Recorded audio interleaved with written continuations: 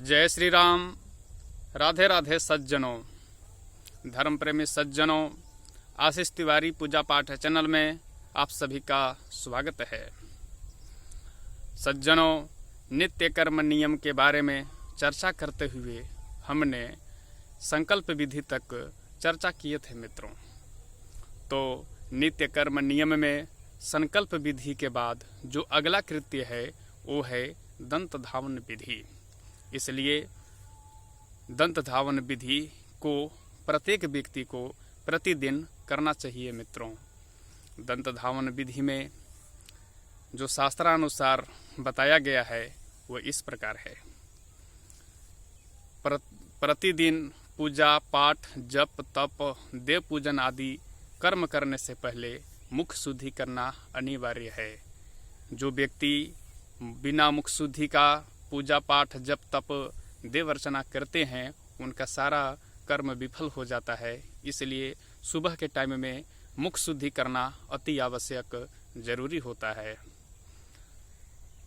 मुख शुद्धि के लिए या दंत धावन विधि के लिए दो ही दिशा शास्त्र में विहित है मित्रों। इसलिए दो ही दिशा की ओर मुख करके दंत धावन विधि करना चाहिए। पहला दिशा है पूरब और दूसरा दिशा है ईशान कोण। इसलिए पूरब और ईशान कोण की ओर मुख करके दंत धावन विधि या मुख शुद्धि करना चाहिए मित्रों। शास्त्र में ब्राह्मण के लिए 12 अंगुल, क्षत्रियों के लिए 9 अंगुल, वैश्य के लिए 6 अंगुल एवं शूद्र एवं स्त्रियों के लिए 4 अंगुल की दातून का विधान है मित्रों। उन्हें जो अभी मैंने अंगुल का नाम लिया है उतने अंगुल का उन वर्णों को दातून से लेकर के मुंह धोना चाहिए।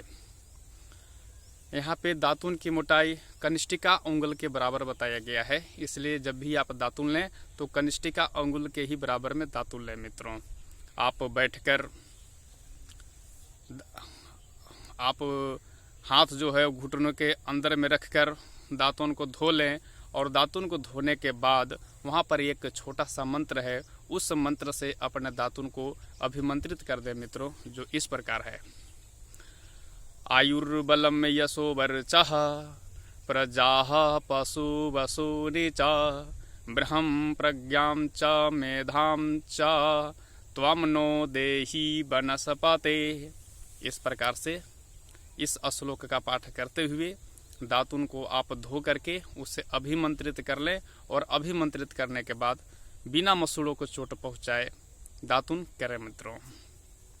दातून करने के बाद जब आपका दातून से मुख शुद्धि हो जाता है तो दातून को धो करके उसे तोड़ करके नैतृत्य कुंड में अच्छी जगह पर उसे फेंक दें और जीभी से जीभ साफ कर लें मित्रों।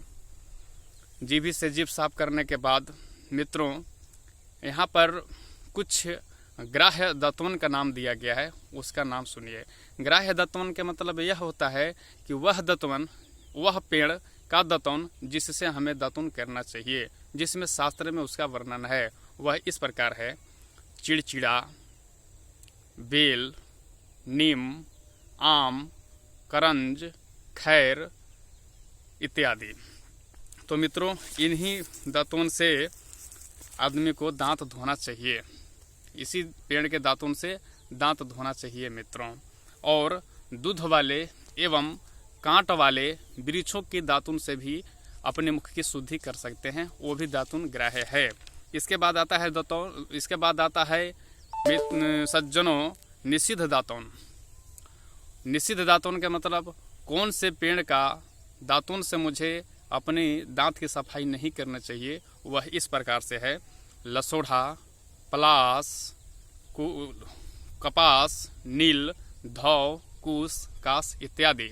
ये जो अभी पेड़ों का नाम लिए, इन पेड़ों से अपने मुख का शुद्धि दांत सफाई नहीं करना चाहिए मित्रों। इसके बाद आता है शास्त्र में निषिद्ध काल।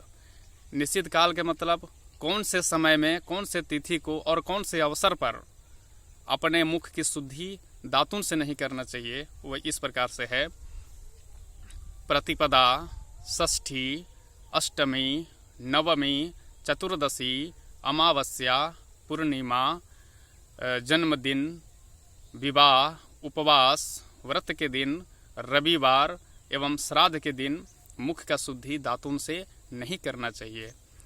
इसके बाद जो स्त्रियां रजस्वला या प्रसूता की अवस्था में होती हैं उन्हें भी उस दिन दातुन नहीं करना चाहिए। मित्रों शास्त्रानुसार इसके आगे जो है वह है निश्चित काल में दांतों के धोने की विधि।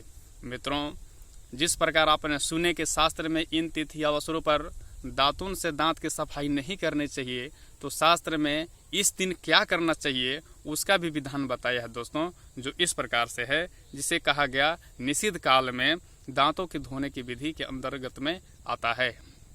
मित्रों यहाँ पर बताते हैं कि जिस पेड़ की दातुन से मुंह धोना चाहिए उस पेड़ की पत्तों से उस दिन निषिद्ध काल में दांतों की सफाई किया जा सकता है, या सुगंधित दांत मंजनों से, या जो भी आपके घर में दंत मंजन है उस दंत मंजन से उस दिन अपने दांतों की सफाई कर लें।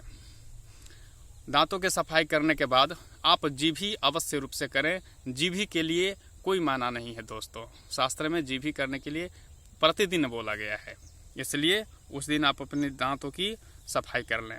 यहाँ पर एक चीज़ और बताया गया है कि दांत की जब आप मंजन करें तो ये अनामिका और अंगूठा, ये 2 अंगुल से उत्तम बताया गया है मंजन करना, और यह अन्यथा आप तर्जनी को छोड़कर बाकी 2 अंगुल से भी आप दांत की सफाई कर सकते हैं। मित्रों इसलिए आप तर्जनी को कभी भी दांत की मंजन करने के लिए उपयोग ना करें, क्योंकि तर्जनी अंगुली को दांत सफाई करने के लिए, दंत धावन विधि के लिए शास्त्र में निषिद्ध बताया गया है, इसलिए इस बात पे ध्यान रखें।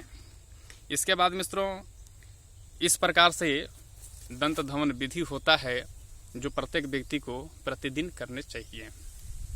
तो मित्रों मैं अपनी वाणी को विराम देते हुए आप लोग से यह कहने का निवेदन करता हूँ कि अगर आप तक चैनल को, आशीष तिवारी पूजा पाठ चैनल को अब तक अगर सब्सक्राइब नहीं किए हैं तो सज्जनों सब्सक्राइब कर लें, ताकि ये नित्य कर्म नियम पे जो मैं वीडियो बना रहा हूँ वो वीडियो आप देखें और अपने जीवन में उतारने का प्रयास करें। इसलिए चैनल को सब्सक्राइब करें, बेल आइकन बटन को दबाएं और शेयर करना नहीं भूलेंगे मित्रों।